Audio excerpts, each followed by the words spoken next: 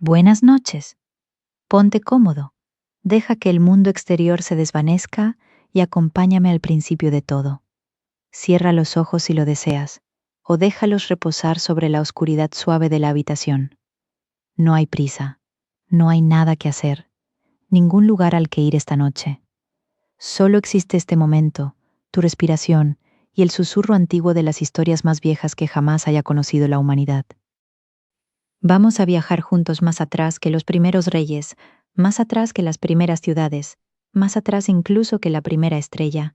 Vamos al instante antes de que existiera cualquier instante, al lugar donde aún no había ningún lugar.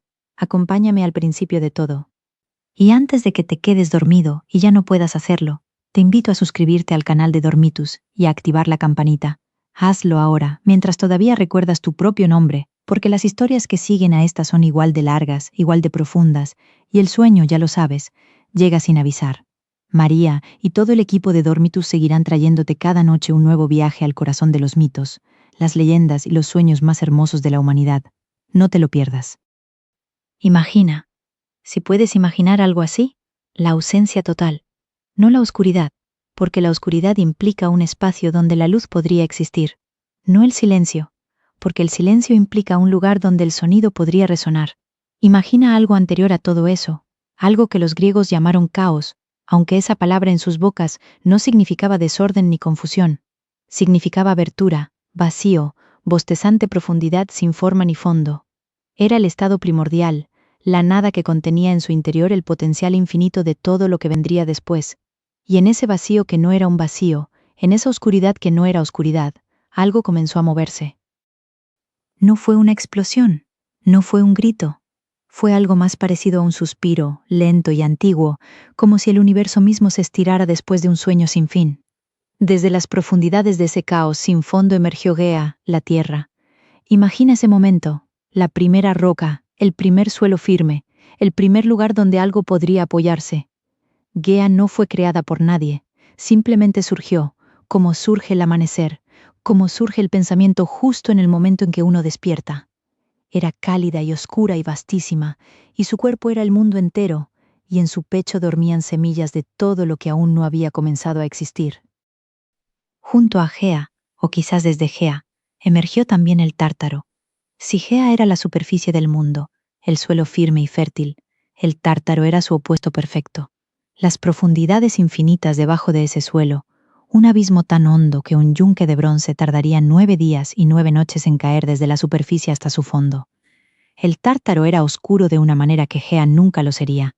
Era frío donde ella era cálida, estático donde ella estaba viva. Y sin embargo, ambos formaban una unidad perfecta, como el anverso y el reverso de la misma moneda cósmica. No podía existir la profundidad sin la superficie, ni la superficie sin la profundidad. Y entonces llegó Eros, no el pequeño dios alado que quizás conoces de otras historias, no el travieso lanzador de flechas doradas. Este Eros era algo mucho más antiguo y más poderoso. Era la fuerza del deseo en estado puro, la atracción primordial que une todas las cosas. Era el impulso que hace que los átomos se junten para formar moléculas, que los cuerpos celestes se atraigan entre sí, que dos seres que nunca se han visto sientan de pronto que siempre se han conocido.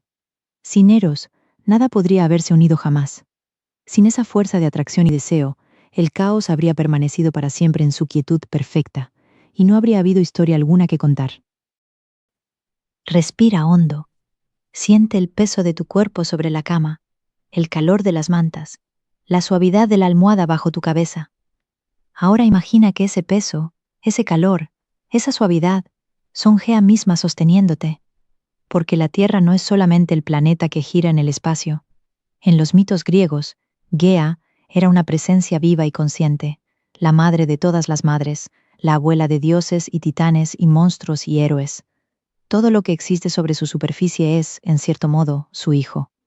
Y esta noche, mientras duermes, Gea te sostiene como ha sostenido a todos los seres que han caminado, corrido, amado y soñado sobre ella desde el principio de los tiempos.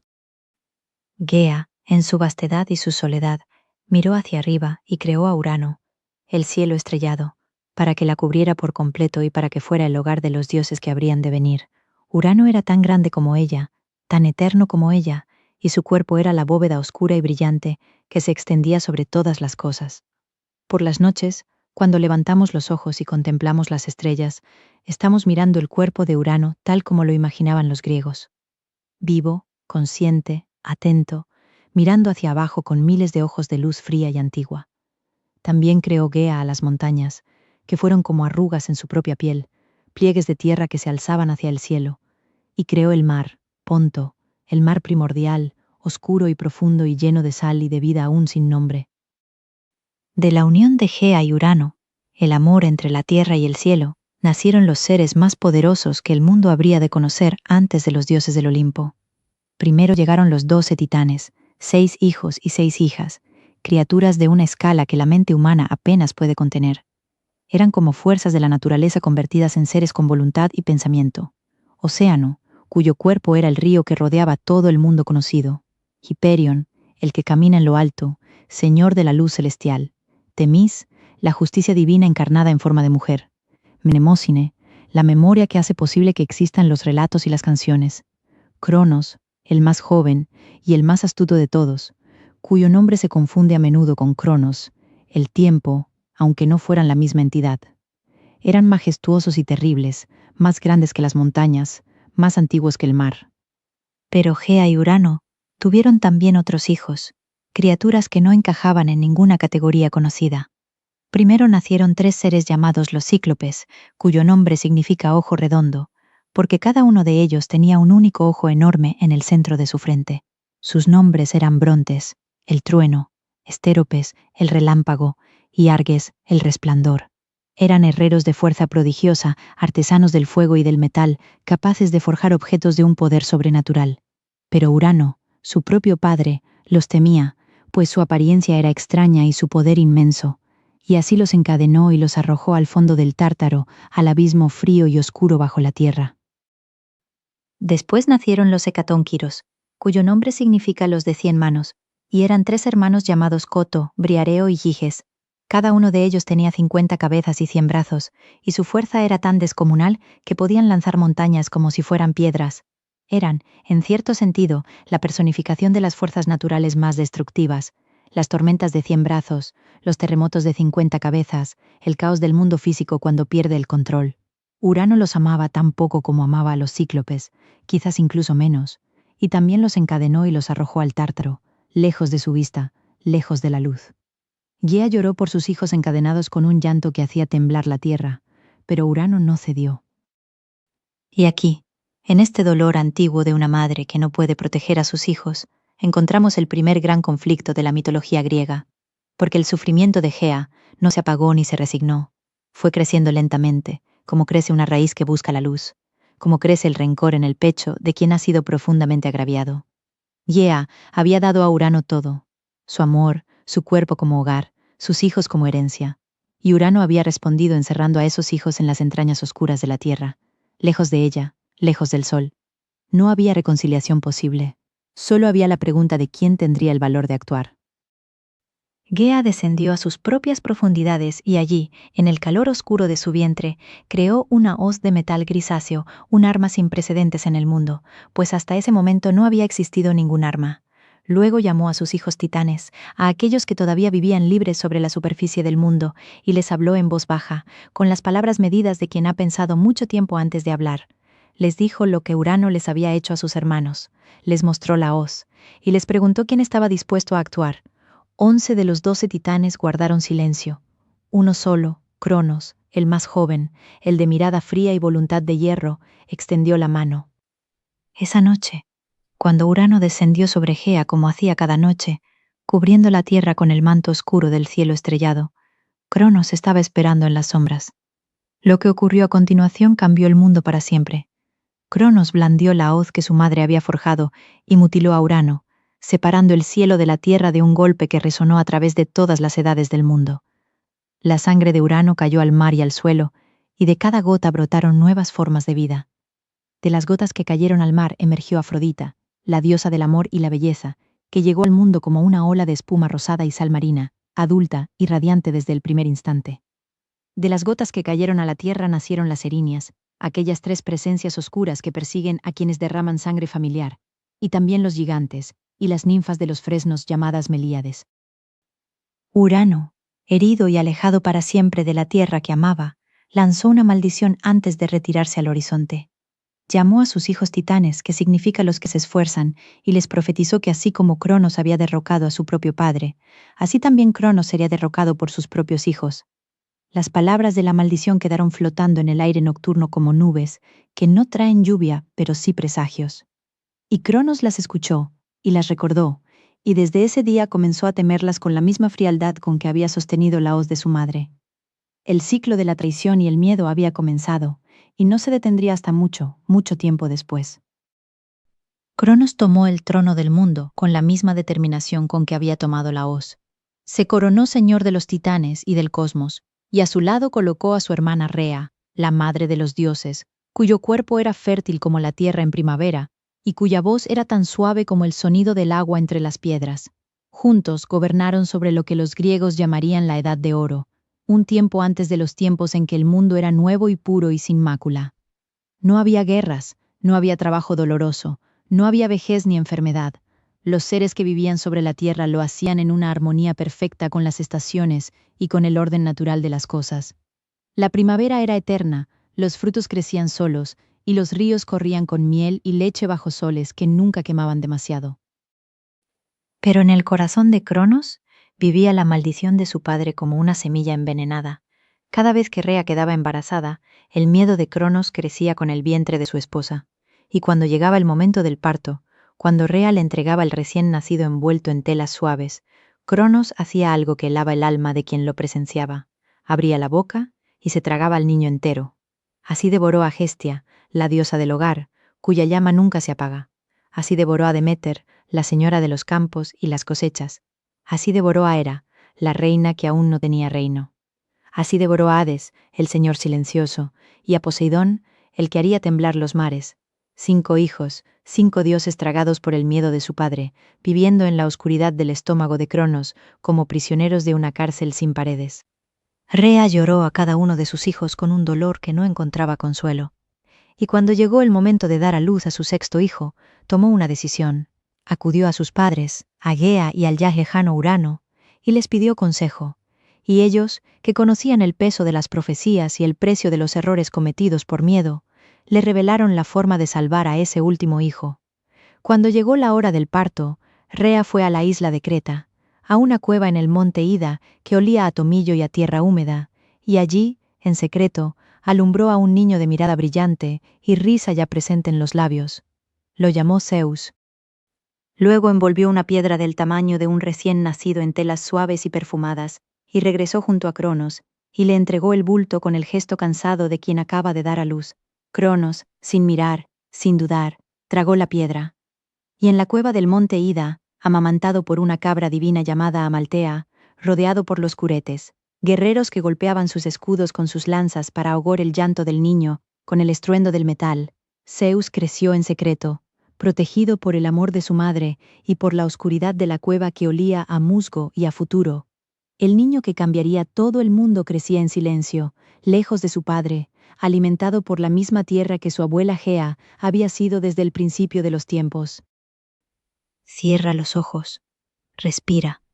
Imagina esa cueva en la montaña, oscura y cálida, con el olor a leche y a tierra y a roca húmeda. Imagina al niño Zeus durmiendo sobre un lecho de hojas mientras afuera, en el mundo, su padre Cronos sigue gobernando sobre una edad de oro que ya lleva en su interior la semilla de su propia destrucción. Todo lo que existe contiene ya el germen de lo que ha de venir. La mañana duerme dentro de la noche más oscura, la primavera espera pacientemente bajo la nieve del invierno más largo. Zeus duerme en su cueva. El mundo espera, y tú también puedes descansar ahora, sabiendo que la historia continúa, que mañana habrá más, que los mitos no terminan, sino que se transforman como las estaciones, como los sueños, como la luz sobre el agua del mar. Descansa. La primera parte de nuestra historia ha concluido por esta noche. Los titanes gobiernan el mundo, pero en una cueva de Creta, envuelto en el olor a tomillo y a leche de cabra divina, duerme el futuro. Duerme Zeus. Y quizás, solo quizás, mientras tú también te quedas dormido esta noche, puedas sentir algo de esa quietud antigua, esa calma que existía antes de que comenzaran todas las historias. Buenas noches. Parte 2. Zeus creció en la cueva del monte Ida, con la velocidad que solo tienen los dioses, pasando de la infancia a la juventud en lo que a los mortales les parecería el tiempo de una sola estación. Era alto y de mirada penetrante, con el cabello oscuro y rizado de quien ha dormido muchas noches sobre piedra y hojas fragantes. Aprendió el olor del tomillo y la hierba del monte, aprendió el lenguaje de las águilas que sobrevolaban las cumbres, aprendió la paciencia que se aprende cuando uno sabe que tiene un destino, pero todavía no tiene los medios para cumplirlo. La ninfa Amaltea lo alimentó con leche y miel, y las Melíades, las ninfas de los fresnos, lo mecieron en su cuna de madera fragante. Y Gea, la gran abuela que todo lo sustenta, le fue revelando poco a poco la verdad sobre su padre, sobre sus hermanos tragados, sobre la profecía que pendía sobre el linaje de los titanes como una espada suspendida en el aire. Cuando Zeus alcanzó la madurez plena, Gea le dio un brebaje de preparación antigua, una mezcla de hierbas y piedras molidas y agua de manantial sagrado, que tenía el poder de hacer vomitar incluso a un titán. Zeus buscó entonces la manera de acercarse a su padre Cronos y lo hizo adoptando el disfraz de un copero, un joven sirviente que ofrecía vino en la corte de los señores del mundo. Cronos bebió el brebaje mezclado en su copa sin sospechar nada, porque los poderosos rara vez sospechan de quienes los sirven. Lo que ocurrió a continuación fue un momento de una violencia cósmica difícil de describir. Cronos comenzó a devolver, uno tras otro, a los hijos que había tragado años atrás. Primero salió la piedra, aquella piedra envuelta en telas que había tragado en lugar de Zeus. Luego salió Poseidón, el señor del mar, con los ojos del color del agua profunda. Luego Hades, silencioso y grave desde el primer instante. Luego Hera, furiosa y magnífica. Luego Deméter, oliendo a tierra mojada y semillas. Luego Hestia, con una llama diminuta ya ardiendo en un hueco de su mano. Los 6 hermanos se miraron en la luz del mundo por primera vez, o por primera vez con los ojos abiertos y la conciencia despierta. Eran dioses, lo sabían en cada fibra de su ser, lo sentían como se siente el latido del propio corazón, no como algo aprendido, sino como algo que siempre había estado ahí. Zeus les habló con la voz que aprendió en las cumbres del monte Ida, clara y directa como el rayo que aún no sabía que portaría. Les dijo que era el momento de reclamar lo que era suyo. Y los 6 estuvieron de acuerdo con la unanimidad silenciosa de quienes han compartido la misma oscuridad durante demasiado tiempo. Pero la guerra que se avecinaba no sería sencilla. Los titanes eran poderosos más allá de lo que los dioses olímpicos, jóvenes e inexpertos, podían igualar solos. Cronos convocó a sus hermanos y a sus aliados, y estos respondieron en masa. Atlas, el hijo del titán Japeto, cuya fuerza superaba la de cualquier otro ser viviente. Prometeo y su hermano Epimeteo, hijos también de Japeto, aunque Prometeo desde el primer momento eligió el bando de Zeus, porque su nombre significa el que piensa antes, y su mente veía más lejos que la mayoría. Otros titanes permanecieron neutrales, retirados a sus dominios sobre los ríos y los mares. La guerra que comenzó se llamaría la Titanomaquia y duraría 10 años completos, 10 años de combate sin tregua que sacudieron los cimientos del mundo y llenaron el aire del olor a piedra quemada y a relámpago. Los dioses olímpicos establecieron su base en el monte Olimpo, cuya cima estaba envuelta en nubes y cuyas laderas olían a nieve y a pino. Los titanes combatían desde el monte Otris, al sur, una cumbre de roca oscura que miraba al Olimpo a través de un valle de batalla que nunca descansaba.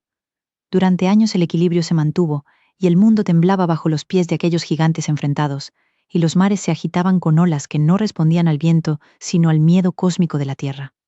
Los árboles más antiguos caían. Las montañas arrojaban fuego desde sus entrañas. Las estrellas parpadeaban más de lo habitual, como si incluso el cielo sintiera el peso de lo que ocurría abajo. Fue Gea, la abuela eterna, quien reveló a Zeus el secreto que inclinaría la balanza.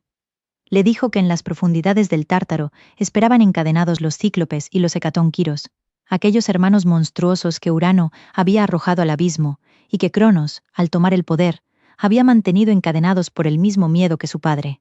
Si Zeus los liberaba, si rompía esas cadenas antiguas, ellos lucharían a su lado con una fuerza que ningún ejército de titanes podría resistir. Zeus descendió al Tártaro, ese abismo que olía a piedra húmeda y a oscuridad absoluta, donde la luz nunca había llegado, y donde el tiempo parecía moverse de otra manera, más lento y más pesado. Rompió las cadenas de los cíclopes primero, Y ellos, agradecidos con la gratitud sin palabras de quienes han sufrido demasiado tiempo, le entregaron dones forjados en su fragua subterránea: el rayo y el trueno para Zeus, el tridente para Poseidón, el casco de la invisibilidad para Hades. Luego liberó a los hecatónquiros, aquellos seres de 50 cabezas y 100 brazos, y ellos se pusieron en pie en la oscuridad del Tártaro, con un ruido parecido al de un terremoto que no termina. Cuando emergieron a la luz del mundo por primera vez en milenios, parpadearon ante el cielo como criaturas que nunca imaginaron que el cielo pudiera ser tan vasto. Y luego cargaron contra los titanes con sus 100 brazos cada uno, lanzando montañas enteras como si fueran guijarros, creando en el aire una lluvia de roca y polvo que oscureció el sol durante días enteros. Los titanes, por formidables que fueran, no podían resistir aquello. Ningún ser podía. Zeus lanzó sus rayos con la precisión que solo tiene quien porta un arma diseñada exactamente para él, y cada rayo caía sobre el campo de batalla con un estallido de luz blanca que hacía retroceder a los titanes. Poseidón golpeó el suelo con su tridente, y el mar respondió con olas enormes que alcanzaron las cimas de las montañas más bajas. Hades se puso el casco de la invisibilidad y atravesó las líneas enemigas sin ser visto, cortando los suministros de los titanes y sembrando el pánico entre quienes de pronto sentían que el peligro venía de todas partes y de ninguna. Fue una batalla tan intensa que los poetas griegos dirían siglos después que incluso el caos primordial, allá en su vacío sin fondo, sintió el eco de aquel combate final. Cronos fue derrotado. Los titanes que habían luchado contra Zeus fueron encadenados y arrojados al Tártaro, al mismo abismo donde habían estado encerrados los cíclopes y los hecatónquiros, y los hecatónquiros pasaron a ser sus guardianes eternos, custodiando las puertas de bronce que separaban el abismo de la luz. Atlas, el titán de la fuerza incomparable, recibió un castigo especial y particular. Por haber liderado a los ejércitos titánicos, fue condenado a sostener sobre sus hombros el peso del cielo para siempre, a pararse en el confín occidental del mundo y cargar con la bóveda celeste para que no cayera sobre la tierra. Lo imaginas allí todavía, en ese lugar donde el sol se pone, con las rodillas dobladas bajo un peso que no tiene fin, mirando hacia el horizonte que nunca cambia. Pero no todos los titanes fueron castigados.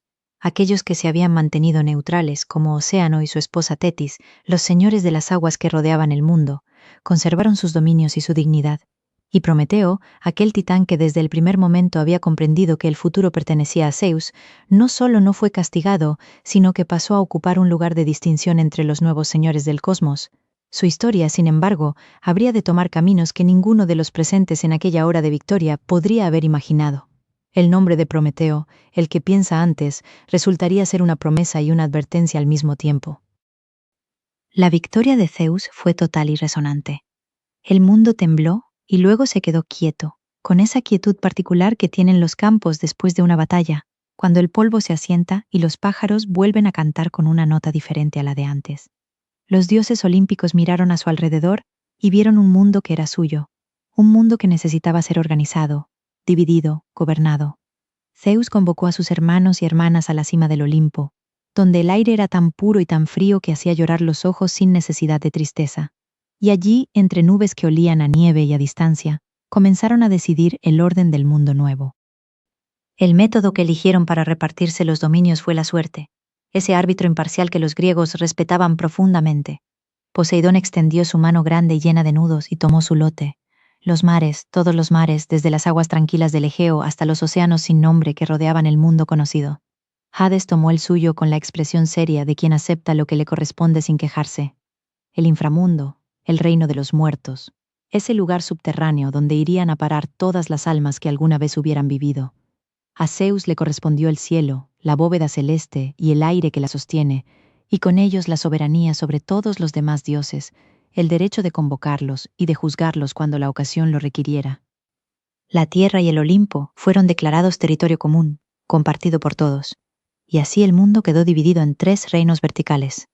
Arriba el cielo de Zeus, en el medio la tierra y el mar de Poseidón, abajo el inframundo de Hades.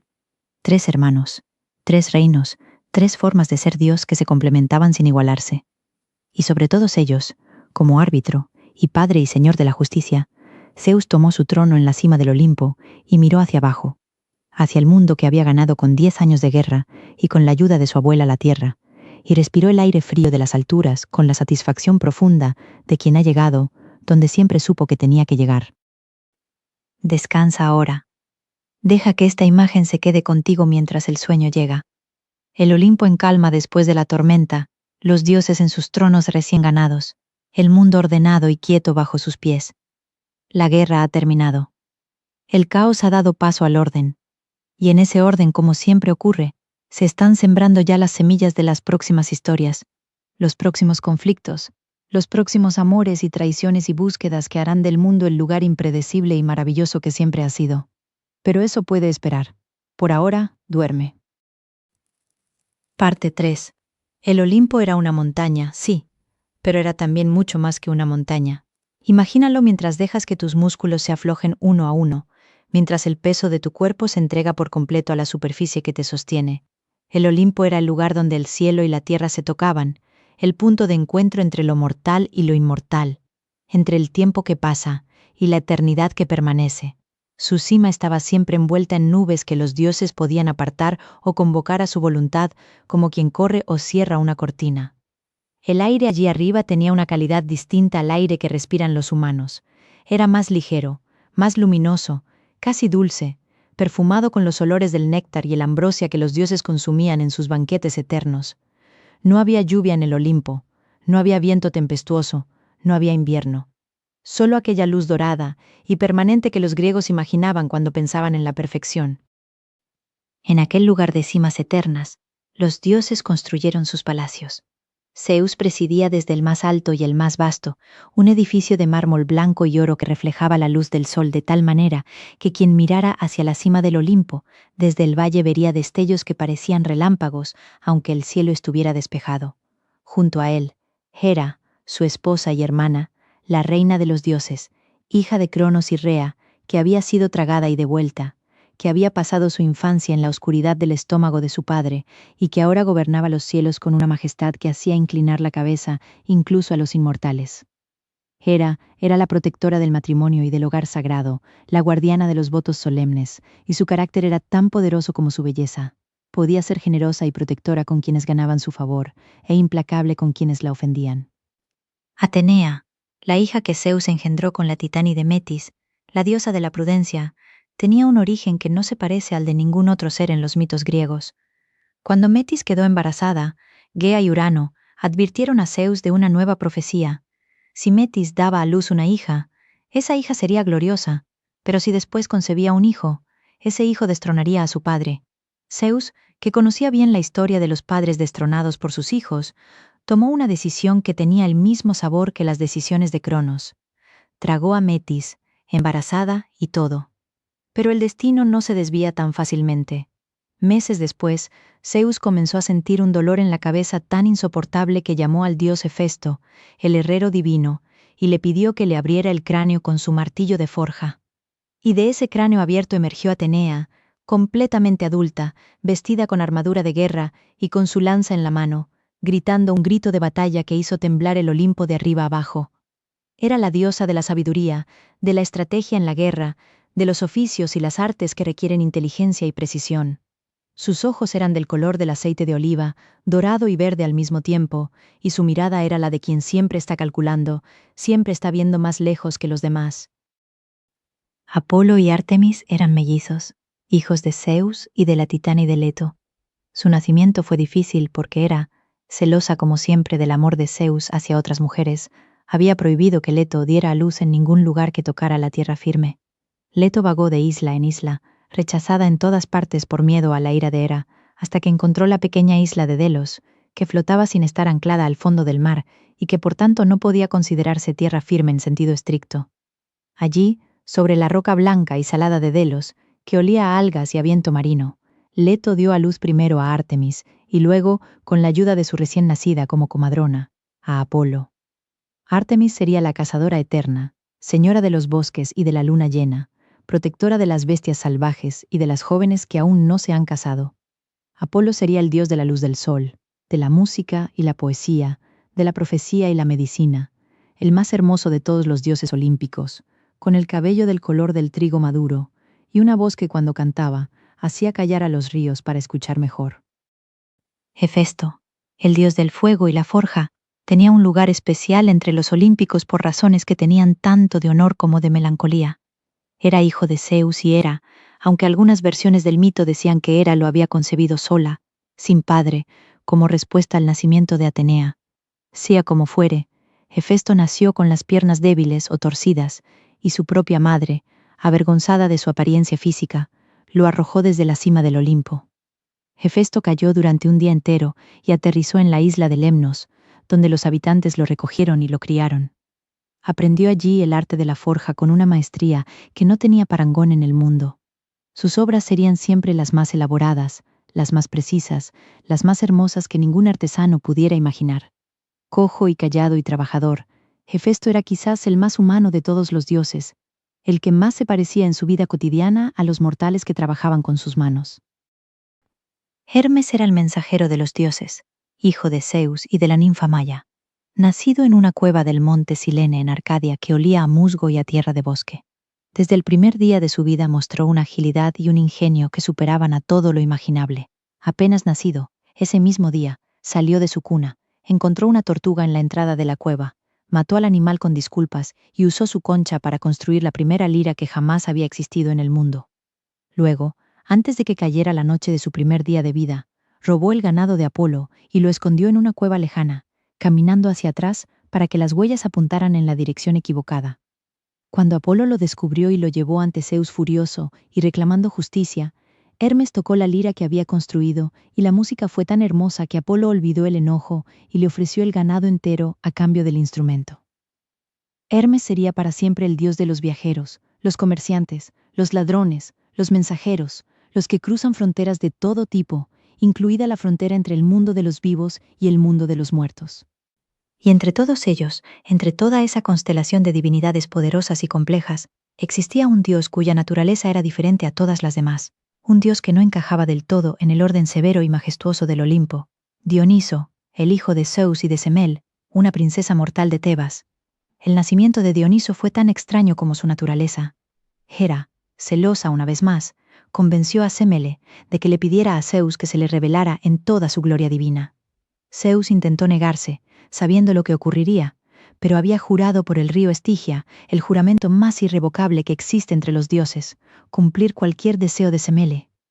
Se reveló con todo su poder de dios del trueno, y la mortal Semele fue consumida instantáneamente por la luz y el calor de la divinidad pura. Zeus, en el último instante, rescató al hijo que llevaba en el vientre y lo cosió en su propio muslo, donde el niño completó su gestación. Dioniso nació del muslo de un dios, 2 veces nacido, hijo de mortal e inmortal, perteneciente a 2 mundos y sin pertenecer del todo a ninguno. Dioniso creció lejos del Olimpo, criado por las ninfas del monte Nisa en un valle que olía a vid silvestre y a tierra fértil después de la lluvia.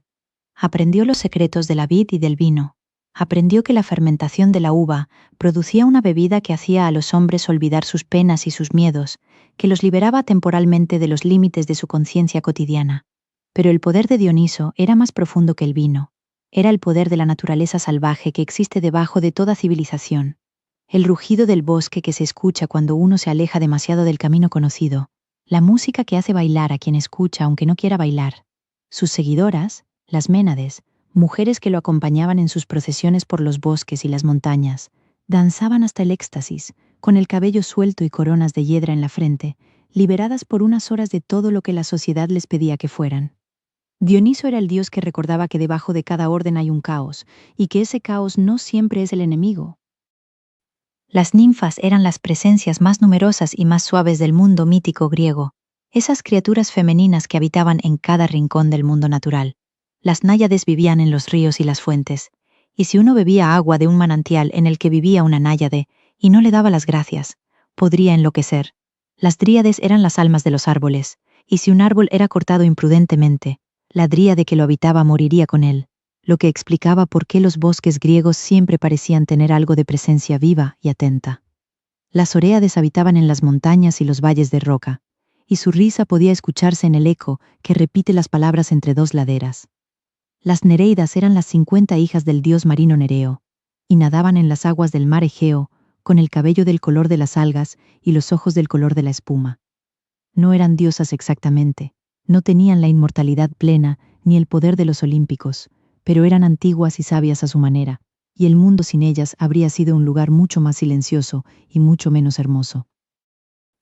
En el Olimpo, cuando los dioses se reunían en asamblea, lo hacían en el palacio de Zeus, en una sala tan grande que las nubes podían flotar por su interior sin tocar las paredes. Zeus presidía desde su trono de mármol y oro, con el rayo en la mano derecha y el cetro en la izquierda. Hera se sentaba a su lado con la corona de oro, que era el signo de su soberanía. Los demás tomaban sus lugares según una jerarquía que todos conocían y que nadie ponía en duda formalmente, aunque en la práctica los dioses griegos discutían entre sí con una frecuencia y una intensidad que hacía del Olimpo algo bastante menos sereno de lo que uno podría imaginar. Tenían opiniones firmes, tenían favoritismos, tenían rencores que duraban siglos. Se enamoraban de mortales y los protegían, o se ofendían por el comportamiento de una ciudad y la castigaban. Eran dioses, sí, pero eran dioses que se parecían mucho a los humanos en todo lo que no era su inmortalidad y su poder. Pero antes de que los dioses pudieran ocuparse plenamente de los asuntos del mundo, el mundo necesitaba habitantes.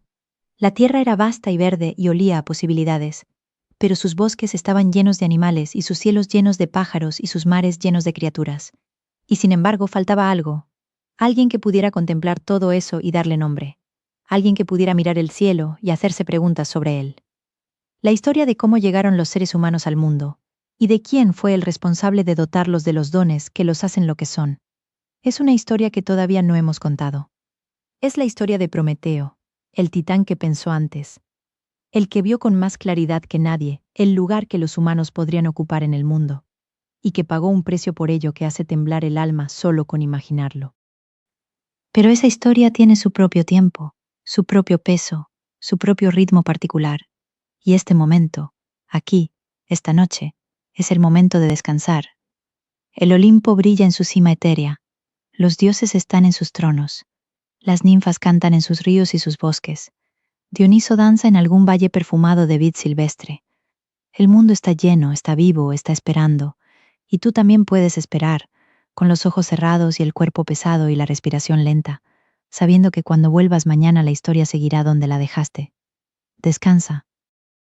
Parte 4.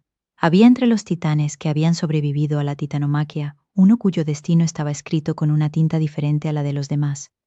Su nombre era Prometeo, hijo del titán Japeto y de la Oceánide Clímene, primo de Zeus, el que había luchado del lado de los olímpicos precisamente porque su don era ver el futuro con claridad y había comprendido desde el principio quién ganaría la guerra.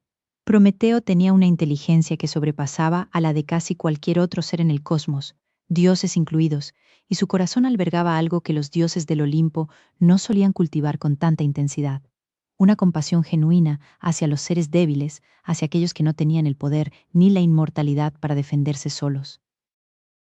Según algunas versiones del mito, fue el propio Prometeo quien modeló a los primeros seres humanos con arcilla húmeda, tomando tierra del río y dándole forma con sus manos, soplando en ella el aliento de la vida con la misma dedicación con que un alfarero trabaja en su torno. Otros decían que los humanos habían surgido de la tierra misma, de las piedras y el barro primigenios, como habían surgido antes que ellos tantas otras formas de vida. Pero todos coincidían en algo. Cuando los seres humanos llegaron al mundo, llegaron desnudos y sin garras, y sin colmillos, y sin la piel gruesa de los osos, y sin el pelaje de los lobos, criaturas frágiles en un mundo que no había sido diseñado pensando en su fragilidad. Los animales tenían sus dones naturales: velocidad, fuerza, instinto, camuflaje. Los humanos tenían su inteligencia, pero la inteligencia sola no calienta por las noches. Prometeo miraba a los humanos con aquella compasión que era su característica más profunda, y los veía tiritando en las noches frías del mundo joven, sin poder cocinar su comida, sin poder iluminar sus cuevas, sin poder defenderse del frío con otra cosa que sus propios cuerpos apretados unos contra otros. Y miraba hacia el Olimpo, donde los dioses vivían en su luz perpetua y su calor perpetuo, y sentía una incomodidad que se fue convirtiendo poco a poco en una determinación. El fuego estaba en el Olimpo. Los humanos lo necesitaban. La distancia entre ambas cosas no era insalvable si uno tenía el valor de cruzarla. Zeus se había opuesto a dar el fuego a los humanos. Sus razones eran las razones del poder. Los dioses gobernaban mejor a los mortales cuando éstos dependían de ellos en todo, cuando cada rayo de luz y cada grano de calor era un regalo divino que los humanos debían agradecer con sacrificios y oraciones. El fuego en manos humanas significaba autonomía, y la autonomía significaba distancia, y la distancia significaba que los hombres podrían algún día mirar a los dioses con menos temor y más igualdad. Zeus veía más lejos que la mayoría, y lo que veía no le gustaba. Así que la respuesta fue no. Y Prometeo escuchó ese no, y lo sopesó. Y luego subió a la cima del monte Olimpo de todas formas. Tomó una caña hueca, de esas que crecen junto a los ríos y que son ligeras como el tiempo. Acercó la caña a la rueda del carro del sol, a aquel fuego sagrado que el dios Helios conducía por el cielo cada día desde el amanecer hasta el ocaso, y atrapó en el interior hueco de la caña una brasa viva, una chispa del fuego divino que palpitaba como un corazón diminuto dentro del tallo verde. Luego bajó del Olimpo con la caña en la mano, y llegó hasta donde estaban los humanos, y les mostró lo que había traído. El primer ser humano que sopló sobre aquella brasa, y vio cómo se convertía en llama, debió de sentir algo parecido a lo que siente quien comprende de golpe el significado de una palabra que había escuchado toda su vida sin entender. El fuego cambió todo, cambió la comida, porque los humanos pudieron por primera vez transformar los alimentos crudos en algo completamente diferente, más fácil de digerir, más rico en posibilidades. Cambió el frío, porque ahora la noche ya no era solo oscuridad y temperatura, sino también el momento de reunirse alrededor de las llamas y hablar, y contar historias, y recordar a los muertos, y planear el futuro. Cambió el metal, porque el fuego podía fundir la roca y de ella sacar herramientas y armas y joyas. Cambió el barro, porque el fuego podía cocer la arcilla y hacer vasijas que guardaran el agua y el aceite y el vino. Prometeo no les había dado solo calor, les había dado la posibilidad de la civilización. La ira de Zeus, cuando descubrió lo que había ocurrido, fue tan intensa y tan fría al mismo tiempo que hizo temblar las nubes del Olimpo. No era solo que Prometeo hubiera desobedecido una orden directa, era que lo había hecho con deliberación y con astucia, burlando la voluntad del Señor de los dioses de la manera más elegante posible. Zeus no podía recuperar el fuego. Ya estaba en manos humanas, ya estaba en miles de hogares, ya ardía en miles de templos donde los sacerdotes hacían sacrificios. Solo podía castigar. Y lo hizo de una manera que demostraba que el Señor del Rayo pensaba en más de una dimensión a la vez. Primero envió al mundo a Pandora, cuyo nombre significa la que tiene todos los dones, y que era la primera mujer según esta versión del mito. Hefesto la había modelado con arcilla por encargo de Zeus, dándole una belleza que hacía detenerse a quien la mirara. Atenea le enseñó las artes del tejido. Afrodita la dotó de un encanto irresistible. Hermes le puso en el pecho la curiosidad y la astucia. Y luego Zeus le entregó un recipiente, una vasija de barro o una caja de madera, según distintas versiones, y le dijo que nunca la abriera. Hermes la condujo hasta donde vivía Epimeteo, el hermano de Prometeo, cuyo nombre significa el que piensa después, el que actúa y luego considera las consecuencias. Prometeo le había advertido a su hermano que no aceptara ningún regalo de parte de Zeus. Epimeteo lo prometió, y luego vio a Pandora y olvidó la promesa. Pandora vivió un tiempo en la casa de Epimeteo sin abrir la vasija, pero la curiosidad que Hermes había depositado en su pecho era más fuerte que cualquier advertencia. Un día, cuando Epimeteo no estaba cerca, Pandora levantó la tapa. De la vasija salieron en ese instante todas las calamidades que desde entonces han acompañado a la humanidad: la enfermedad y el dolor, la vejez y la muerte, el hambre y la sed, la guerra y el odio, la envidia y el engaño, el miedo y la desesperación. Salieron como una nube oscura y se dispersaron por el mundo antes de que Pandora pudiera cerrar el recipiente. Cuando por fin lo cerró, solo quedaba dentro una cosa: la esperanza. Los griegos debatieron durante siglos si eso era un bien o un mal adicional, si la esperanza era el consuelo que hacía soportable la vida o la ilusión que prolongaba el sufrimiento. No llegaron a una conclusión definitiva, y quizás esa ambigüedad era precisamente lo que el mito quería decir.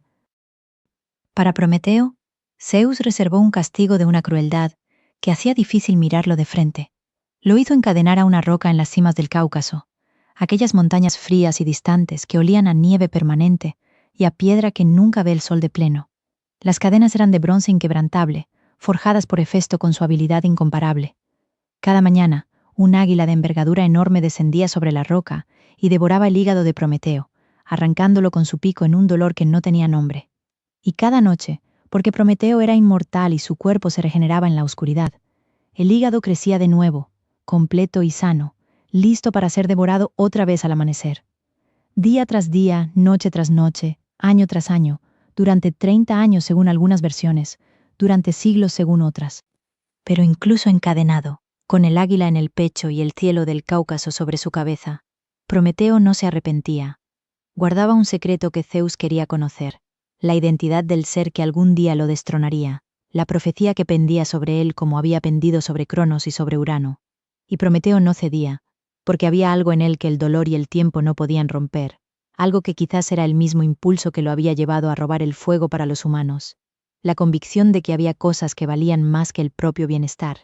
Finalmente, siglos después, sería Heracles, el gran héroe, quien rompería sus cadenas. Pero esa historia pertenece a otra parte de la noche. Las 5 edades del hombre eran el relato que los griegos contaban para explicar cómo el mundo había ido cambiando desde aquella perfección original hasta el tiempo presente, siempre imperfecto y siempre mejor de lo que podría ser. La primera era la Edad de Oro, aquella que ya conocemos, el tiempo de Cronos en que los humanos vivían como dioses, sin vejez ni trabajo ni guerra, en una armonía perfecta con la naturaleza. Cuando esos primeros hombres murieron, sus espíritus se convirtieron en demonios benignos que caminan invisibles entre nosotros y cuidan de los humanos, recompensando la virtud con fortuna discreta. La segunda fue la Edad de Plata, ya inferior a la primera. Los hombres tardaban 100 años en crecer, vivían como niños eternos bajo el cuidado de sus madres, y cuando por fin alcanzaban la adultez, solo vivían un breve tiempo antes de morir, porque no sabían honrar a los dioses ni tratarse bien entre ellos. La tercera fue la Edad de Bronce, una era de guerra y violencia, de hombres duros como el metal que amaban y que se mataban entre sí con la misma intensidad. No eran malvados en el sentido de querer el mal, simplemente amaban la fuerza por encima de todo lo demás, y esa devoción a la fuerza los consumió. Descendieron al Hades sin nombre y sin gloria. La cuarta fue la Edad de los Héroes, que el poeta Hesíodo colocó entre la Edad de Bronce y la siguiente como una excepción luminosa en el descenso general. Una era de semidioses, de hijos de dioses inmortales, de figuras que combinaban la fuerza sobrehumana con una capacidad para el amor y el sufrimiento que los hacía más interesantes que los dioses puros. Fue la edad de Aquiles y Héctor, de Perseo y Heracles, de Teseo y Jasón, de Edipo y Antígona.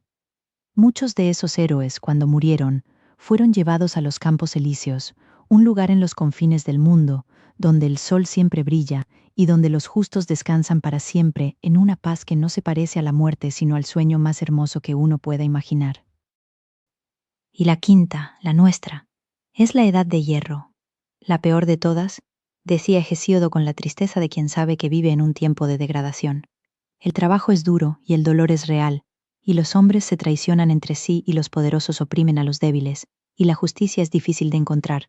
Y sin embargo, incluso en la edad de hierro, en el tiempo más oscuro del ciclo humano, quedan semillas de aquellas eras anteriores, quedan el honor y la vergüenza, queda la capacidad de reconocer la belleza, queda la tendencia a mirar el cielo y hacerse preguntas, queda sobre todo el fuego que Prometeo robó para nosotros, ardiendo en cada hogar, en cada ciudad, en cada corazón que ha decidido que algunas cosas valen el sacrificio. Deja que esa imagen te acompañe mientras el sueño termina de llegar. En algún lugar lejano, en las montañas del Cáucaso que huelen a nieve eterna, Prometeo mira el amanecer con los ojos abiertos, esperando al águila con la serenidad de quien ha elegido su sufrimiento libremente. Y en cada hogar del mundo mortal, en cada llama que arde esta noche, hay un eco de aquel fuego primero que robó para nosotros. Duerme. Tu respiración es lenta y profunda. El mundo está quieto, y el fuego sigue ardiendo. Parte 5. La edad de los héroes fue el tiempo más brillante y más trágico de la historia humana, según los griegos. Era el tiempo en que los dioses todavía bajaban al mundo mortal con frecuencia, todavía se enamoraban de hombres y mujeres de carne y hueso, todavía intervenían en batallas y en viajes, todavía caminaban disfrazados por los caminos de polvo blanco de Grecia. Los hijos que nacían de esas uniones entre lo divino y lo mortal eran criaturas extraordinarias, más fuertes que cualquier ser humano ordinario, dotados de dones sobrenaturales, destinados a hazañas que ningún humano común podría intentar. Pero también eran mortales, o casi mortales, sujetos al tiempo y al dolor y a la muerte de maneras que los dioses puros no lo estaban. Esa combinación de poder y vulnerabilidad era precisamente lo que los hacía tan interesantes, tan humanos en el sentido más profundo. Perseo fue uno de los primeros de esos grandes héroes, hijo de Zeus y de Danae, una princesa de Argos cuyo padre Acrisio había sido advertido por un oráculo de que el hijo de su hija lo mataría. Acrisio encerró a Danae en una torre de bronce para que ningún hombre pudiera acercarse a ella, pero los oráculos rara vez se equivocan, y los dioses encuentran siempre la manera de llegar donde quieren llegar. Zeus se transformó en lluvia de oro y descendió sobre Dana a través del techo de la torre, y de esa unión divina nació Perseo. Cuando Acrisio descubrió al niño, demasiado cobarde para matarlo directamente por temor a la ira de Zeus, pero demasiado asustado para dejarlo vivir cerca, encerró a madre e hijo en un cofre de madera y lo arrojó al mar. El cofre flotó durante días y días sobre el mar que olía a sal y a distancia, y finalmente llegó a la isla de Sérifos, donde un pescador llamado Dictis los encontró y los cuidó con la generosidad que los griegos consideraban sagrada. Perseo creció en Sérifos con la fuerza y la valentía que son el sello de los hijos de Zeus. Cuando el rey de la isla, un hombre llamado Polidectes, se obsesionó con Danae y quiso tenerla para sí, y cuando Perseo se opuso a eso con la claridad de quien protege lo que ama, Polidectes lo envió a una misión que era en realidad una sentencia de muerte disfrazada de encargo. Le pidió que le trajera la cabeza de Medusa, una de las 3 gorgonas, criaturas cuyo cabello eran serpientes vivas y cuya mirada convertía en piedra a quien las mirara. Nadie había vuelto nunca de enfrentarse a ellas. Polidectes esperaba que Perseo tampoco volviera. Pero los dioses estaban del lado de Perseo. Atenea, la de ojos de aceite dorado, le dio su escudo pulido como un espejo para que pudiera ver a Medusa reflejada sin mirarla directamente. Hermes le prestó su espada de adamanto, el metal más duro del mundo. Las ninfas del norte le entregaron 3 objetos de poder: las sandalias aladas que lo llevarían por el aire más rápido que cualquier pájaro, el casco de Hades que otorgaba invisibilidad, y una bolsa de cuero mágico que podía contener cualquier cosa sin importar su tamaño o su naturaleza. Con estos dones Perseo voló hasta el confín del mundo, donde vivían las gorgonas, sobre un terreno rocoso y desolado que olía a piedra fría y a abandono. Encontró a Medusa dormida entre sus hermanas. Usando el escudo como espejo, con los ojos puestos en el reflejo y no en la criatura real, le cortó la cabeza de un solo golpe limpio. De la sangre que brotó del cuello de Medusa, mientras Perseo huía por el aire, nacieron 2 criaturas: el caballo alado Pegaso, blanco como la espuma del mar, y el gigante Crisaor, dorado y formidable. En su viaje de regreso, Perseo pasó sobre la costa de Etiopía y vio algo que hizo que su corazón, ya acelerado por la batalla, se detuviera un instante y luego latiera más rápido. Encadenada a una roca sobre el mar, con las olas rompiéndose a sus pies y el cielo lleno de sal y de viento, estaba Andrómeda, hija del rey Cefeo y de la reina Casiopea, ofrecida como sacrificio al monstruo marino Ceto, porque su madre había cometido el error de presumir de ser más hermosa que las Nereidas, las ninfas del mar. Perseo descendió del aire, negoció con el rey Cefeo en el tiempo que tardaba la sombra de Ceto en acercarse a la orilla, y cuando el monstruo emergió del mar con el ruido de 1000 olas juntas, Perseo sacó la cabeza de Medusa de su bolsa y la mostró hacia el monstruo. Ceto se convirtió en roca, Andrómeda quedó libre, y Perseo tuvo la sabiduría de saber que había encontrado algo más valioso que cualquier cabeza de gorgona. Regresó a Sérifos y convirtió también en piedra a Polidectes, que estaba precisamente celebrando un banquete seguro de que Perseo nunca volvería. Luego fue a Argos, cumpliendo sin querer la profecía que su abuelo tanto había temido. Durante unos juegos atléticos, lanzó un disco que el viento desvió y golpeó en la cabeza a un anciano entre los espectadores. Ese anciano era Acrisio. Los oráculos, como siempre, tenían razón. La muerte no vino como una espada en la oscuridad, sino como un disco lanzado al sol durante unos juegos, en el momento más improbable y más imposible de evitar. Heracles, cuyo nombre romano era Hércules, era el héroe más grande de todos los héroes, el más fuerte que jamás había caminado sobre la tierra, hijo de Zeus y de Alcmena, una mujer mortal de Tebas, a quien Zeus había visitado disfrazado de su propio esposo. El destino de Heracles estuvo marcado desde antes de su nacimiento por la ira de Hera, que nunca perdonaba a los hijos que Zeus engendraba con mortales. Cuando Heracles era todavía un bebé en su cuna, Hera envió 2 serpientes enormes para que lo estrangularan en la oscuridad de la noche. El bebé Heracles se despertó, agarró las 2 serpientes, una en cada mano, y las estranguló él a ellas. Sus padres lo encontraron al amanecer jugando con los cuerpos sin vida de las serpientes como si fueran juguetes. Heracles creció hasta convertirse en un hombre de una fuerza que no tenía comparación en el mundo mortal, capaz de desviar ríos con sus manos y de luchar contra dioses sin desventaja. Pero Hera no había terminado con él. En un ataque de locura enviado por la diosa, Heracles mató a su propia esposa y a sus propios hijos, creyendo en su delirio que eran sus enemigos. Cuando recuperó la cordura y comprendió lo que había hecho, su dolor fue tan devastador que fue al oráculo de Delfos para preguntar cómo podía expiar aquel crimen terrible. La Pitia, la sacerdotisa que hablaba con la voz del dios Apolo en el interior de un templo que olía a laurel quemado y a vapores de la tierra, le dijo que debía ponerse al servicio del rey Euristeo de Micenas y cumplir los trabajos que éste le encomendara. 10 trabajos, que después se convertirían en 12. Los 12 trabajos de Heracles son una travesía por todos los rincones del mundo conocido y por algunos rincones del mundo desconocido. Mató al león de Nemea, cuya piel era invulnerable a las armas, con sus propias manos, y desde entonces usó esa piel como capa. Mató a la hidra de Lerna, aquella serpiente de 9 cabezas, que crecía 2 cabezas nuevas por cada una que se cortaba, usando el fuego para cauterizar los cuellos.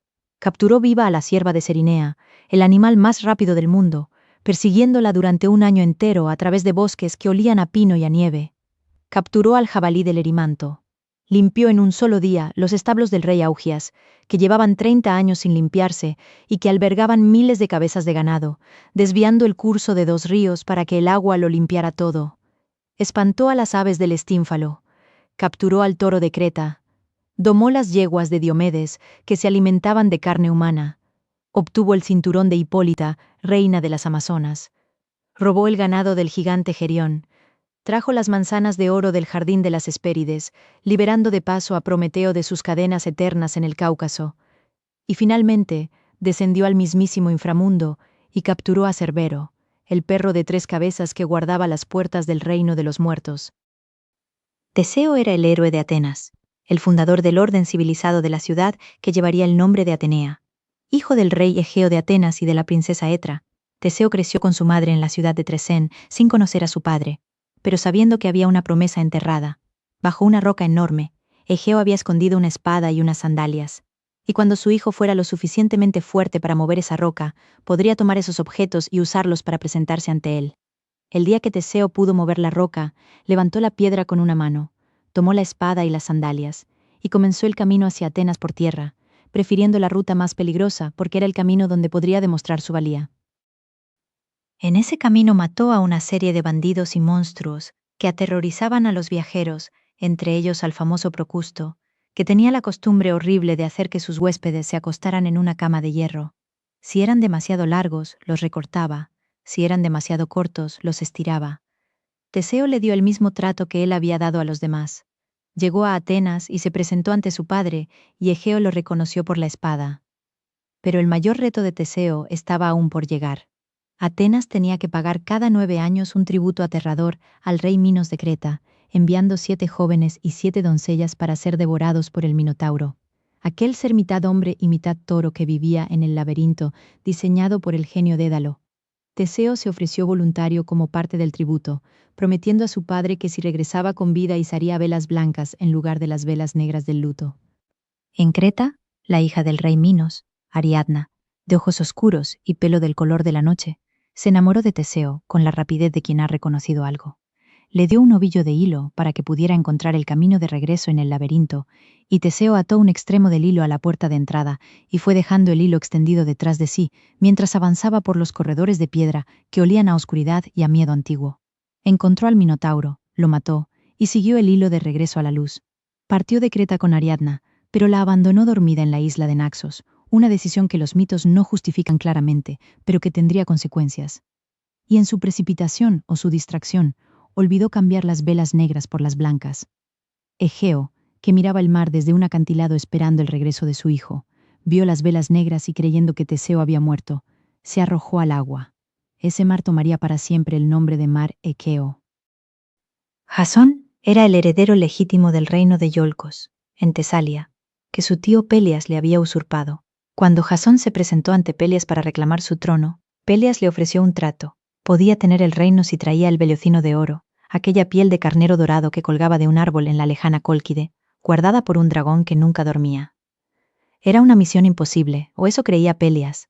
Jasón convocó a los mejores héroes de Grecia, hombres como Heracles y los gemelos Cástor y Pólux, y el cantor Orfeo, cuya música podía ablandar las piedras, y juntos embarcaron en la nave Argo, la primera gran nave de exploración de la historia griega, que olía a madera fresca y a resina y a la anticipación de mares no navegados. El viaje de los argonautas fue largo y lleno de pruebas, las islas de las mujeres guerreras, las rocas que chocaban entre sí aplastando cuanto pasaba entre ellas, los pájaros de plumas de metal que lanzaban sus plumas como flechas. Cuando llegaron a Cólquide, el rey Etes no tenía ninguna intención de entregar el velocino voluntariamente. Pero su hija Medea, una hechicera de poder sin igual, se enamoró de Jasón con una intensidad que asustaba incluso a quienes la observaban desde lejos. Medea era la nieta del dios Helios y la sobrina de la famosa hechicera Circe. El poder de la magia corría por su sangre como corre el agua por un río. Ayudó a Jasón a superar las pruebas imposibles que su padre le impuso, adormió al dragón que guardaba el velocino con sus hierbas, y escapó con los argonautas, renunciando a todo lo que había conocido. La historia de Medea tendría un final oscuro y terrible en Corinto, años después, pero esa oscuridad pertenece a otra noche. Edipo era el rey de Tebas, que no sabía que era el rey de Tebas, el hombre que había cumplido la profecía más horrible que un oráculo pudiera pronunciar sin saber jamás que lo estaba haciendo. Cuando Edipo nació, el rey Layo de Tebas recibió un oráculo que decía que su propio hijo lo mataría y se casaría con su madre. Aterrado, ordenó que el bebé fuera llevado al monte Citerón y abandonado allí con los pies atravesados por una clavija de metal, para que muriera de hambre o de frío. Pero un pastor que tenía piedad lo encontró y se lo entregó a un mensajero, y el mensajero lo llevó a la ciudad de Corinto, donde el rey Pólibo y su esposa Merope lo criaron como a un hijo propio, y lo llamaron Edipo, que significa pies hinchados. Edipo creció creyendo que Pólibo y Mérope eran sus verdaderos padres, hasta que un borracho durante un banquete le dijo que no era hijo de quien creía. Fue al oráculo de Delfos para averiguar la verdad, y el oráculo, sin responder su pregunta, le dijo algo peor, que mataría a su padre y se casaría con su madre. Edipo, convencido de que sus padres eran los reyes de Corinto, huyó de Corinto para que la profecía no pudiera cumplirse. En un cruce de caminos, tuvo una disputa con un anciano altanero que viajaba en carro y que insistía en tener derecho de paso. La disputa se volvió violenta. Edipo mató al anciano. El anciano era Layo, el rey de Tebas, su propio padre. Llegó a Tebas, resolvió el acertijo de la esfinge, aquella criatura de cuerpo de leona y cara de mujer que devoraba a quienes no podían responderle, y fue aclamado como rey. Se casó con la reina viuda, Yocasta. Tuvo hijos con ella. Durante años gobernó Tebas con justicia y sabiduría, hasta que una peste azotó la ciudad y el oráculo reveló que la causa era un crimen sin expiar. El asesino del rey Layo vivía en Tebas. Edipo comenzó a investigar con la misma determinación con que había resuelto el acertijo de la esfinge, sin imaginar que cada hilo que tiraba lo acercaba más a sí mismo. Cuando la verdad completa se reveló, cuando comprendió que era el hijo que había sido abandonado, que había matado a su padre y se había casado con su madre, Yocasta se quitó la vida y Edipo se arrancó los ojos con los alfileres de oro del manto de su madre, eligiendo la oscuridad como el único paisaje apropiado para quien ha visto demasiado. Edipo vivió el resto de su vida como un ciego errante, guiado por su hija Antígona, hasta que llegó al bosque sagrado de Colono, cerca de Atenas, donde los dioses lo recogieron con una discreción que era casi ternura, dejando solo a Teseo como testigo de su desaparición. El hombre que había cumplido la profecía más terrible sin querer, que había gobernado con sabiduría sin saber quién era, que había pagado el precio más alto por una verdad que hubiera sido más fácil no buscar, encontró al final una paz que se parecía a la justicia de los dioses, cuando ésta tiene misericordia. Cierra los ojos. Deja que estos héroes descansen en tu memoria como descansan los muertos en los campos elíseos, en aquella luz perpetua que huele a hierba y a eternidad. Perseo con Andrómeda. Heracles con sus 12 trabajos cumplidos. Teseo mirando el mar que lleva el nombre de su padre. Jasón con el velocino de oro. Edipo ciego y en paz en el bosque sagrado. Son figuras que el tiempo no ha borrado porque cuentan algo que el tiempo no puede borrar, que la grandeza y el sufrimiento caminan juntos, que los mejores destinos son también los más difíciles, y que incluso en la oscuridad más completa, siempre hay un hilo que seguir. Duerme. Parte 6. Todo comenzó con una manzana. y con el orgullo herido de una diosa que no fue invitada a una boda. Eris, la diosa de la discordia, cuyo nombre los griegos pronunciaban con el mismo cuidado con que uno pronuncia el nombre de algo que preferiría no existir, llegó al banquete de bodas de Peleo y Tetis sin haber sido invitada, precisamente porque nadie quería tenerla cerca. Pero Eris no necesitaba invitación para hacer lo que hacía mejor. Lanzó sobre la mesa de los banquetes una manzana de oro con una inscripción que decía para la más bella, y luego desapareció dejando atrás el veneno de esa pregunta sin respuesta. 3 diosas reclamaron la manzana. Hera, la reina del Olimpo, que olía a azahar y a poder. Atenea, la de ojos de aceite dorado, que brillaba con la luz fría de la inteligencia. Y Afrodita, la nacida del mar, cuya presencia hacía que el aire se volviera más denso y más dulce. Zeus declinó sabiamente el honor de decidir. No quería elegir entre su esposa, su hija, y la diosa del amor. Encargó la decisión a París, un joven príncipe de Troya, hijo del rey Príamo y de la reina Hécuba, que vivía entonces como pastor en las laderas del monte Ida de Frigia, lejos de la ciudad y de sus intrigas, porque un oráculo había advertido que sería la ruina de Troya, y sus padres habían intentado deshacerse de él al nacer. El pastor que debía abandonarlo en el monte no había tenido valor de hacerlo. París creció entre los rebaños y el olor a hierba de montaña, hermoso como los dioses y sin saber todavía que lo era. Las 3 diosas descendieron ante él, y cada una le ofreció un soborno. Hera le prometió poder sobre todos los reinos de los hombres. Atenea le prometió sabiduría y habilidad en la guerra que lo haría invencible. Afrodita le prometió el amor de la mujer más hermosa del mundo. París eligió a Afrodita. La manzana fue para ella, y la mujer más hermosa del mundo resultó ser Helena, esposa de Menelao, rey de Esparta. París viajó a Esparta como huésped de Menelao, y Menelao le ofreció su hospitalidad con la generosidad que los griegos consideraban sagrada, el gesto de abrir la casa y la mesa a un extranjero.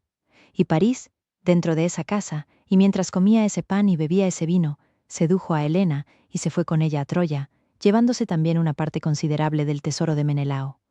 Violó la hospitalidad, el vínculo más sagrado que existía entre los humanos.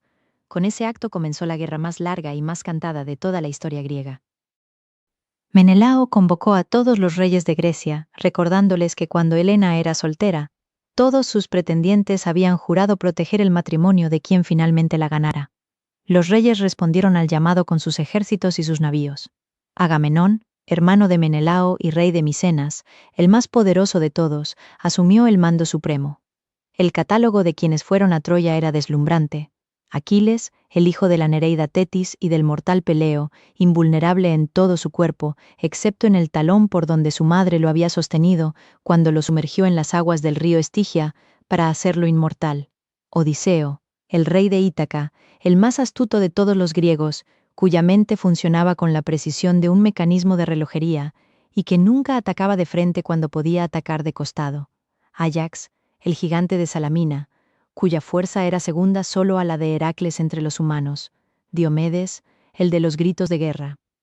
La flota griega se reunió en Áulide, el puerto que olía a alquitrán y a madera de pino, y a la ansiedad de 1000 guerreros esperando el viento favorable.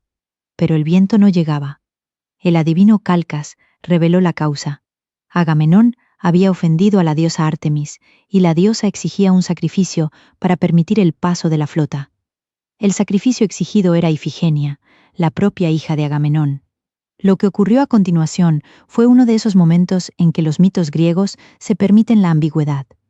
Algunas versiones decían que Ifigenia fue sacrificada realmente, y que Agamenón cargó con ese peso oscuro durante toda la guerra, y regresó a casa con él como una deuda sin pagar. Otras decían que Artemis, en el último momento, sustituyó a la joven por una sierva, y la llevó a la tierra de los Tauros para que sirviera en su templo. Ambas versiones tenían algo de verdad sobre el precio que la guerra cobra incluso antes de comenzar. La guerra duró 10 años. 10 años de campamentos que olían a humo de fogatas y a tierra removida, de batallas que comenzaban al amanecer y terminaban al atardecer, de héroes que morían con nombres que los poetas recordarían para siempre y de soldados anónimos que morían sin que nadie los recordara. Troya era una ciudad amurallada, construida sobre una colina que dominaba la llanura, y sus muros eran tan sólidos que ningún ejército podía tomarlos por asalto directo. Los griegos atacaban, Los troyanos resistían, y el equilibrio se mantenía sostenido por el orgullo de ambos lados y por la intervención constante de los dioses, que se habían dividido en dos bandos, Hera y Atenea del lado griego, Afrodita y Apolo y Ares del lado troyano, con Zeus como árbitro imparcial que a veces inclinaba la balanza en una dirección y a veces en la otra. El momento decisivo llegó con la muerte de Patroclo, el compañero más querido de Aquiles, el amigo del alma, con quien el gran héroe compartía la tienda, y los pensamientos, y el vino y el silencio.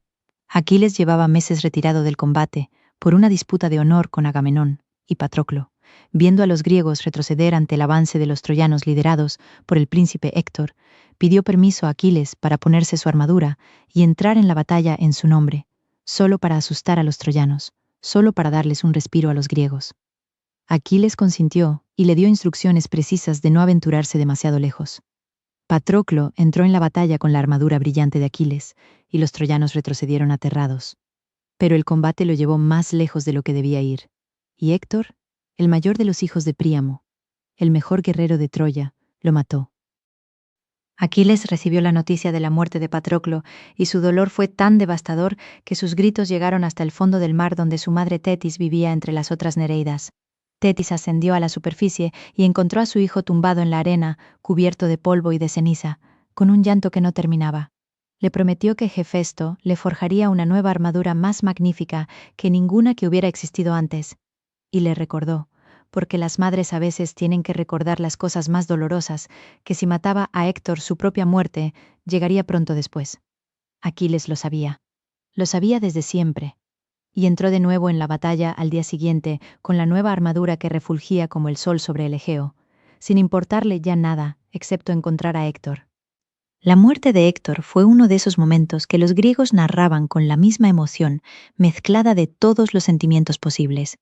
Aquiles persiguió a Héctor 3 veces alrededor de las murallas de Troya, mientras los troyanos miraban desde lo alto y Príamo. El viejo rey se retorcía las manos con la impotencia de quien ve lo inevitable acercarse sin poder hacer nada. Cuando Aquiles finalmente alcanzó a Héctor y lo mató, arrastró su cuerpo atado a su carro durante días alrededor de las murallas, como si el gesto de la crueldad pudiera llenar el hueco que la muerte de Patroclo había dejado en su pecho. No podía. Ningún gesto puede llenar ese tipo de hueco. Finalmente fue el anciano rey Príamo quien lo convenció, llegando solo al campamento griego en la noche, cruzando líneas enemigas con un carro cargado de rescate para recuperar el cuerpo de su hijo. La escena de Príamo y Aquiles llorando juntos, cada uno por su pérdida, fue una de las más humanas que Homero habría de poner en palabras. La muerte de Aquiles llegó como el oráculo había prometido, guiada por la mano de París y la flecha dirigida por Apolo, que encontró el único punto vulnerable del cuerpo del héroe, el talón que la mano de Tetis había sostenido cuando lo sumergió en el Estigia. Una flecha que en otras circunstancias habría sido inofensiva encontró ese centímetro de mortalidad en un cuerpo por lo demás divino, y Aquiles cayó en la arena delante de las murallas de Troya, con el mismo ruido con que cae una muralla. Los griegos lucharon durante horas para recuperar su cuerpo, mientras los troyanos intentaban tomarlo. Cuando finalmente lo pudieron llevar de vuelta al campamento, Tetis ascendió del mar con sus nereidas para llorar a su hijo, con un lamento que hizo que las olas del Egeo golpearan la orilla más fuerte que de costumbre durante 3 días. La guerra terminó no con la fuerza, sino con el ingenio de Odiseo, que era el recurso griego cuando la fuerza no bastaba. Propuso construir un caballo enorme de madera, tan grande que un grupo de guerreros pudiera esconderse en su interior, y dejarlo a las puertas de Troya fingiendo que era una ofrenda sagrada a los dioses para pedir un buen viaje de regreso. La flota griega zarparía y se escondería detrás de la isla cercana de Ténedos. Un espía griego llamado Sinón se quedaría atrás para convencer a los troyanos de que el caballo era una ofrenda genuina y que traerlo dentro de sus murallas les daría poder sobre los griegos. El caballo fue construido con madera de abeto que olía a resina y a bosque, y en su vientre hueco se instalaron los mejores guerreros: Odiseo, Neoptólemo hijo de Aquiles, Menelao, Diomedes y otros tantos. Los troyanos debatieron durante horas qué hacer con el caballo. El sacerdote Laocoonte advirtió con una frase que habría de repetirse durante siglos: desconfiad de los griegos aunque traigan regalos. Mientras hablaba, 2 enormes serpientes marinas salieron del mar y lo devoraron a él y a sus hijos ante los ojos aterrados de los troyanos, que interpretaron la muerte de Laocoonte como una señal de que los dioses castigaban su desconfianza. Casandra, la princesa troyana que tenía el don de la profecía y la maldición de que nadie la creyera, gritó hasta quedarse sin voz que el caballo traía la muerte. Nadie la escuchó. El caballo entró en Troya sobre ruedas, con los ciudadanos tirando de él entre cantos de victoria, convencidos de que la guerra había terminado a su favor. Esa noche Troya celebró. Las calles de la ciudad olían a vino y a antorchas y a la euforia de quien cree haber sobrevivido a lo peor. Cuando el último borracho se quedó dormido, y la ciudad entera dormía con el sueño profundo de quien lleva 10 años en tensión y por fin puede soltarla, la trampilla del vientre del caballo se abrió en silencio. Los guerreros descendieron uno a uno en la oscuridad que olía a madera y a noche fría. Abrieron las puertas de la ciudad a la flota que regresaba de Ténedos. Y Troya ardió. Las llamas fueron visibles desde las costas del Egeo, desde las islas lejanas, desde los barcos de los pescadores que miraban hacia el este, y veían el horizonte teñido de naranja. La ciudad que había resistido 10 años de asedio, cayó en una noche porque alguien la dejó entrar desde adentro. Príamo murió esa noche junto al altar de Zeus, como suelen morir los reyes cuando su ciudad cae, en el lugar más sagrado que les quedaba, rodeados de los últimos que aún confiaban en su protección divina. Hécuba fue llevada cautiva. Andrómaca, la viuda de Héctor, también. Los hijos de los héroes troyanos fueron lanzados desde las murallas para que no crecieran a vengar a sus padres.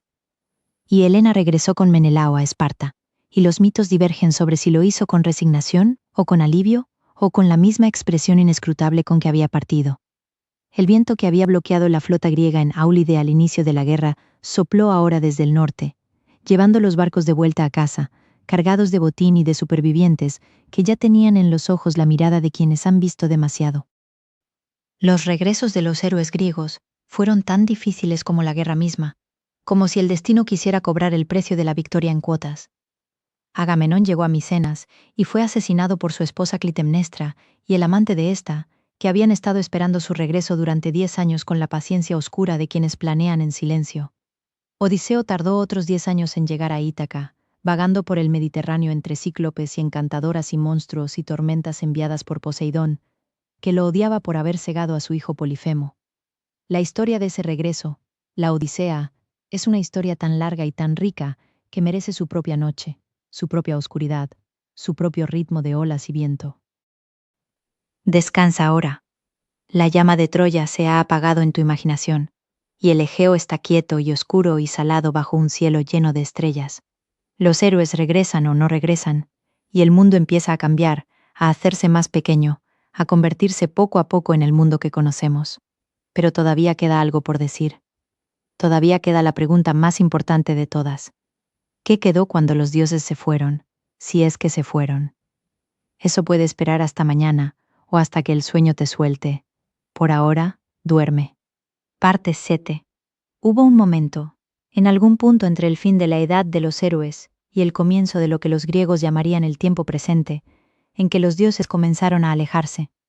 No fue un éxodo dramático, no hubo trompetas ni anuncios, no hubo un día señalado en que Zeus descendiera del Olimpo por última vez y cerrara las puertas detrás de sí. Fue algo más parecido a como el otoño se convierte en invierno, tan gradualmente que cuando uno se da cuenta del frío, ya hace semanas que los pájaros se fueron. Los templos seguían en pie, fragantes a incienso y a laurel quemado. Los sacerdotes seguían realizando sus rituales con la precisión de siempre. Los filósofos comenzaban a hacer preguntas sobre la naturaleza de los dioses que los propios dioses nunca se habían planteado. Y los dioses, si es que escuchaban desde más lejos que antes. Los griegos mismos sintieron ese alejamiento, y lo nombraron de distintas maneras. Los poetas más tardíos hablaban de los dioses con una melancolía que no tenían los poemas más antiguos, como si supieran que estaban cantando sobre algo que se estaba convirtiendo en memoria incluso mientras lo cantaban. Los filósofos como Platón y Aristóteles comenzaban a reemplazar a Zeus y Hera con conceptos más abstractos, el bien, el motor inmóvil, la forma perfecta. No estaban negando a los dioses exactamente, estaban destilándolos, convirtiendo sus historias particulares en verdades universales. La mitología se estaba convirtiendo en filosofía, y la filosofía era quizás la forma más sofisticada de reverencia que la mente humana había encontrado hasta entonces. Cuando Roma llegó y absorbió a Grecia con la misma determinación con que el mar absorbe un río, los dioses griegos se transformaron y sobrevivieron bajo nuevos nombres. Zeus se convirtió en Júpiter, y sus rayos siguieron cayendo sobre el Capitolio con la misma autoridad con que habían caído sobre el Olimpo. Hera se convirtió en Juno, protectora de Roma con la misma ferocidad con que había protegido el matrimonio sagrado. Ares se convirtió en Marte y fue elevado a Dios fundador, padre de Rómulo y Remo, los gemelos que fundaron la ciudad eterna. Los dioses griegos no murieron cuando los romanos los adoptaron, simplemente aprendieron un nuevo idioma, se pusieron ropas diferentes y siguieron siendo lo que siempre habían sido, los nombres que los seres humanos ponían a las fuerzas más grandes que ellos mismos. Y cuando el mundo antiguo terminó, cuando los últimos templos fueron cerrados y los últimos oráculos callaron, y la última llama del fuego sagrado se apagó en el templo de Vesta en Roma, los dioses no desaparecieron del todo. Se refugiaron en los libros, en aquellos rollos de papiro y luego de pergamino que los monjes copiaban en su scriptoria con la misma devoción con que antes los sacerdotes encendían el incienso. La Ilíada y la Odisea, la Teogonía de Hesíodo, las tragedias de Esquilo y Sófocles y Eurípides, todo eso sobrevivió, a veces por pura suerte, a veces por el amor silencioso de alguien que comprendía que aquellas historias contenían algo que no podía perderse. Y en esos textos los dioses esperaron, quietos y pacientes como solo pueden serlo los inmortales, el momento en que el mundo volviera a necesitarlos. El Renacimiento fue ese momento, cuando los artistas y los filósofos de Italia comenzaron a mirar hacia la antigüedad griega y romana con ojos nuevos. Los dioses emergieron de sus páginas y llenaron las paredes de los palacios y las capillas con una vitalidad que no había perdido nada en siglos de sueño. Botticelli pintó el nacimiento de Afrodita, aquella ola de espuma rosada sobre el mar, y la imagen era tan viva que parecía que la diosa acababa de llegar al mundo en ese preciso instante y no 2000 años antes. Miguel Ángel talló a Hércules en mármol con una precisión que hacía que el músculo pareciera a punto de contraerse. Los poetas escribieron en latín sobre Apolo y las musas como si las hubieran visto esa mañana. Los dioses habían vuelto, o quizás nunca se habían ido del todo. Simplemente habían esperado a que los ojos del mundo volvieran a mirar en su dirección. Hoy esos dioses viven en los lugares más inesperados. Viven en los nombres de los planetas, porque los romanos pusieron nombres divinos a las esferas que giraban sobre su cabeza: Mercurio, Venus, Marte, Júpiter, Saturno, y más tarde Urano y Neptuno, cuando los telescopios los descubrieron. Viven en los días de la semana, aunque en idiomas distintos y con nombres que a veces requieren un poco de arqueología lingüística para revelar al Dios que hay dentro.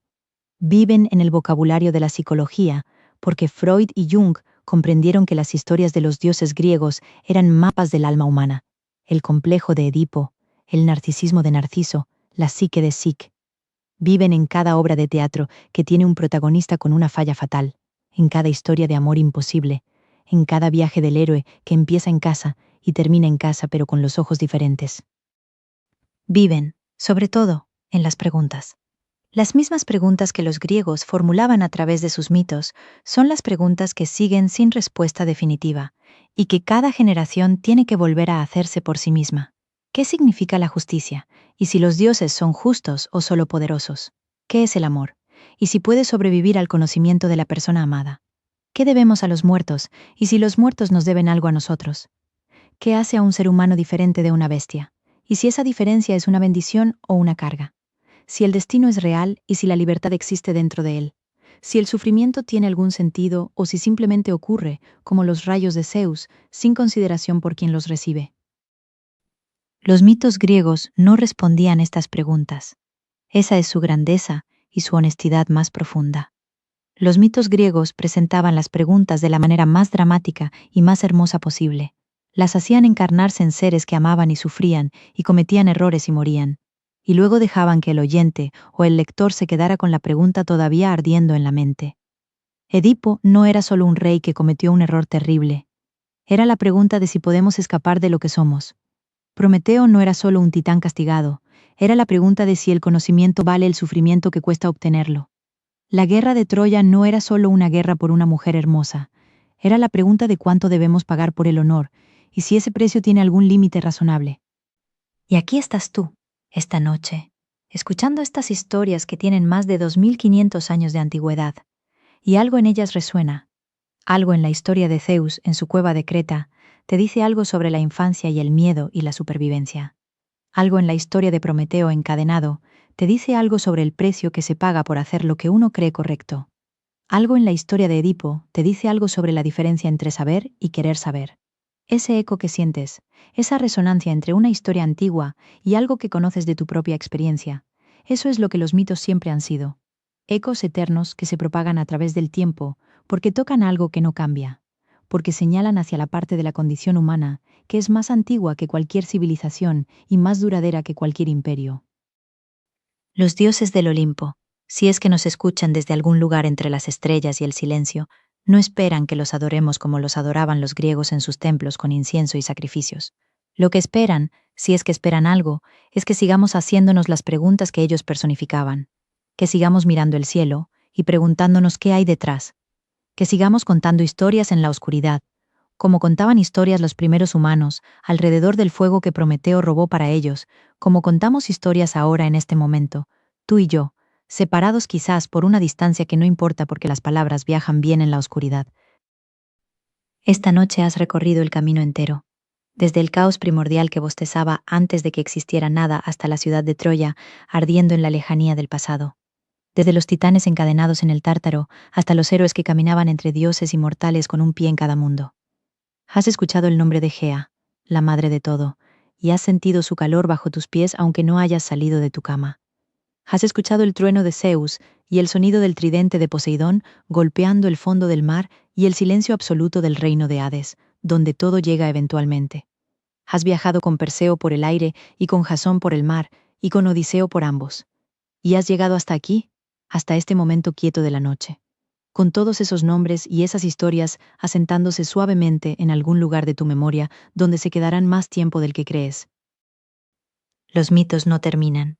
Se transforman, se adaptan, se ponen nuevas ropas en cada época y en cada cultura, pero el corazón de ellos, esa pregunta palpitante sobre qué somos y por qué estamos aquí y qué significa hacer bien las cosas en un mundo que no siempre premia hacerlas bien, ese corazón no se detiene. Y esta noche, mientras tú te quedas dormido, en algún lugar del mundo alguien está leyendo la Ilíada por primera vez y descubriendo en ella algo que no esperaba encontrar. Alguien está mirando una pintura del nacimiento de Afrodita y sintiendo que algo en esa imagen toca algo real. Alguien está contando a un niño la historia de Perseo, y el niño está escuchando con los ojos muy abiertos y la respiración contenida. Los mitos siguen viajando, como viajaban en la boca de los aedos griegos que los cantaban en las cortes de los reyes, como viajan esta noche en este susurro que ha llegado hasta ti. Si todavía estás despierto en este punto, lo cual sería verdaderamente notable, este es el momento perfecto para hacerle saber a María y a todo el equipo de Dormitus que has llegado hasta el final. Dale a este episodio el me gusta que merece, porque eso ayuda a que más personas encuentren estas historias en la oscuridad de sus noches.